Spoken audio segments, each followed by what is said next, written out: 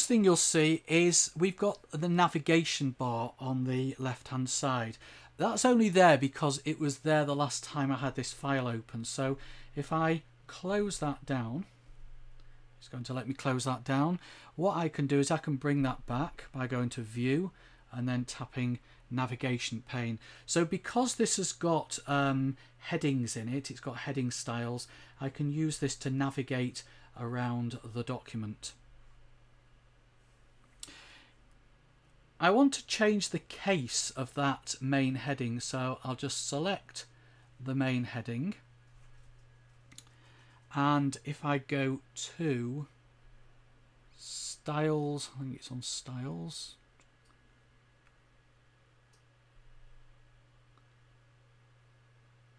no, it's not on styles. Give me a second.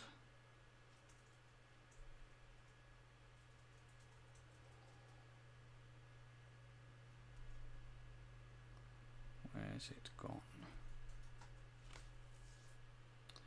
I can't find the command. What are you looking for? I'm looking for change case. There it is. It's on the clipboard font undo menu. So change case, and I'll have that as capitalize each word. Say I wanted to display this in columns, you know, like newspaper columns or magazine columns. What I need to do is I don't want to display the whole document in columns. So I'm going to just put in a couple of section breaks, just like you would in the real world Word application, just to section off the particular part of the document where I want columns. So I'm going to tap where I want the first section to start, so just there, just to the left of results and dividend. Go to page layout, go to continuous section break, so go to breaks, and I want to insert a continuous section break. So that, although it doesn't show you anywhere, that has created a section break. The whole purpose of creating section breaks is so that you can format different parts of the document in different ways. So if you wanted some of the document to be in landscape and some of the document to be in portrait, then you would need to insert section breaks to break the document up into different sections. If you wanted different headers and footers throughout the document, then you'd need to do the same thing. In this case, we want to have a different number of columns within the document, so I'm putting section breaks in where I want it to have different number of columns. I don't want the whole document to be in columns, so I'm going to go down to where that section's going to end, which is where gate receipts is, and although I could scroll down, it's just easier to navigate this way. And then tap there and insert another section break. So go to breaks and continuous.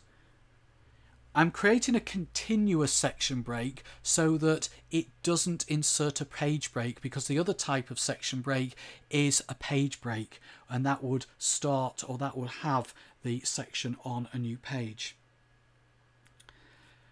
Once I've done that, I need to make sure that I'm in the right section. So let's just scroll up so I'm in the right section. And as long as my cursor is somewhere within that section, which it is, so as long as it's within the section I've created, and unfortunately in Cloudon it doesn't have any indication of where you are. On the real Word, it does at the status bar at the bottom shows you which section you're in. So I go to my page layout tab, which I'm actually already in. I then go to columns, and I'm going to set this to 2 columns. And what that does is that gives me 2 columns, but only for the section of the document I'm in. Gate receipts is a little bit close there, so let's just tap there and actually want the keyboard to be displayed this time. So I want to be just, come on, there. And let's just put in a return. I'll also zoom out just so that you can get a bit more of an overall view of it. So let's just zoom to 75%. And there you can see we've got 2 columns, and as I scroll down, it's back to 1 column.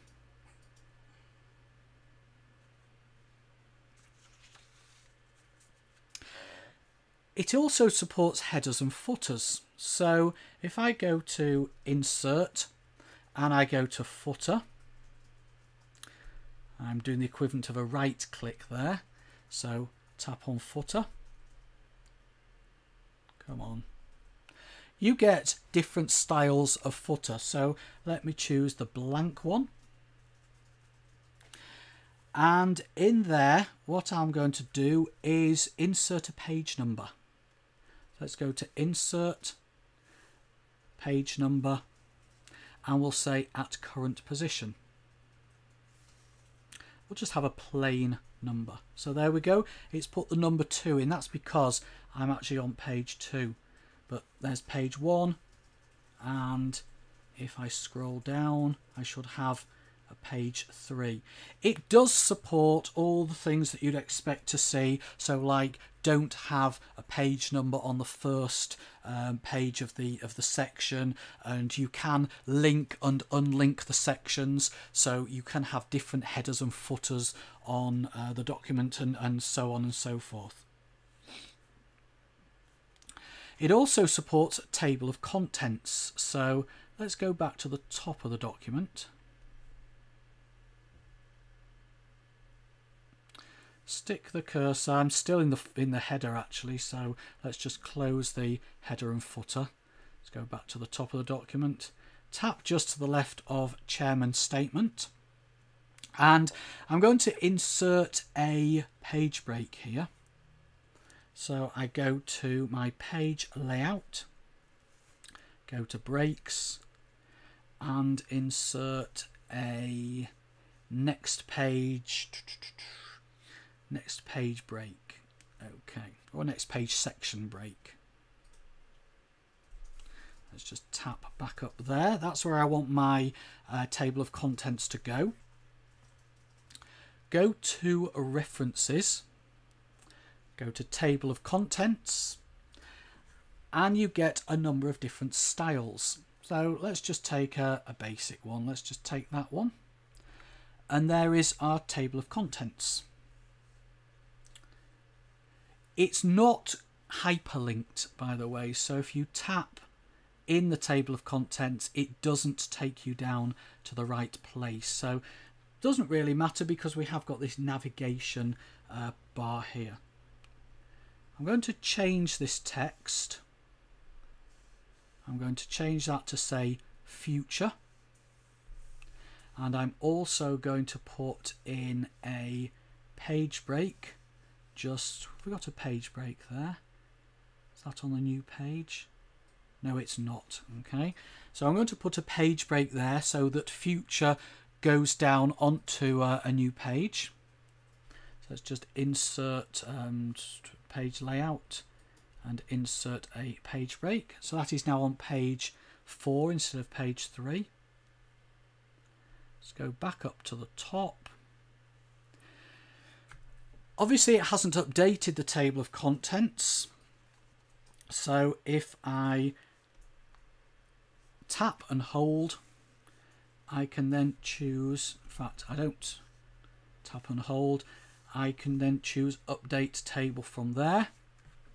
So just tap update table, and I can either choose just to update the page numbers if that's all that's changed, or in my case, because I've changed the headings as well,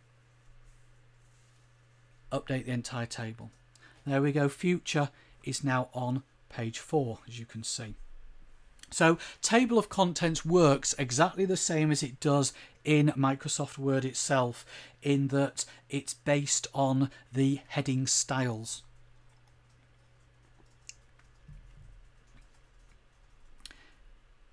Close this document down. and I'm going to open another document. I'm going to open the document called 2012 Review Track Changes.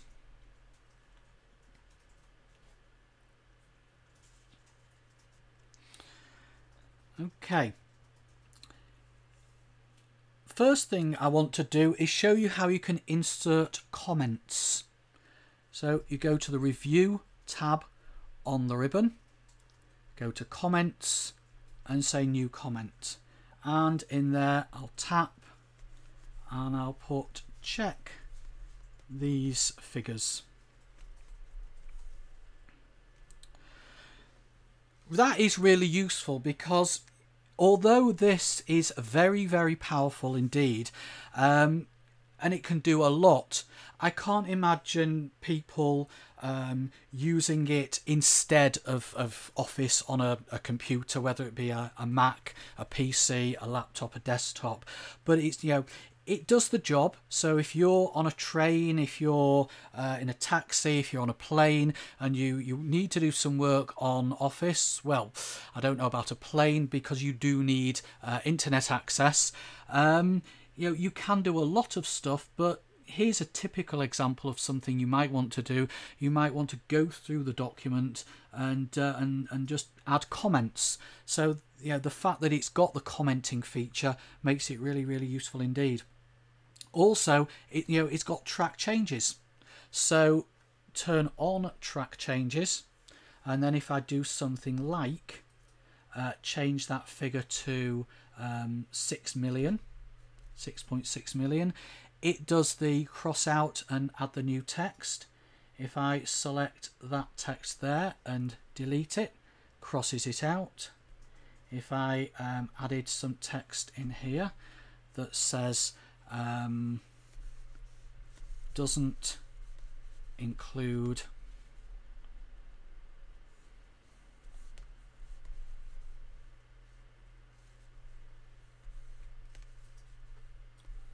player disposals.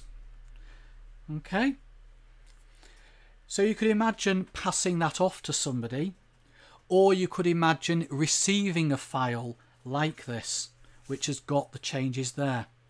You can then accept or reject the changes just by clicking on accept. Okay, and then you've got all the options to accept all the changes. Accept all the changes or accept and move to next. So all the features that you've got in Office are available here. It does allow you to create tables as well. So let's create a new Word document. Call this one Table Demo.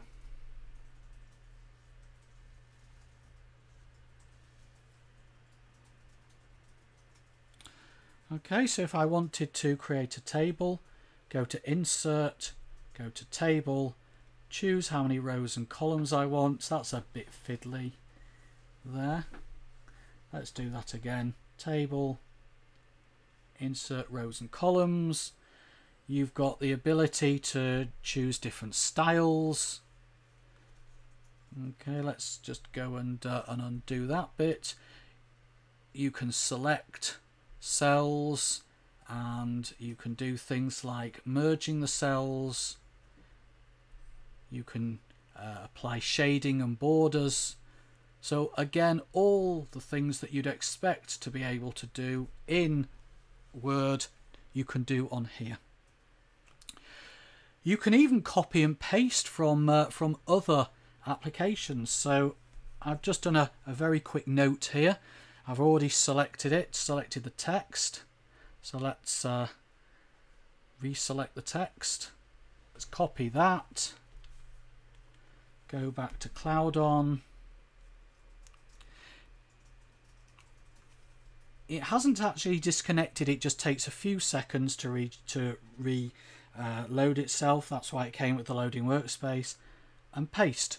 So there you go. So you can copy and paste from pretty much all applications on your iPad.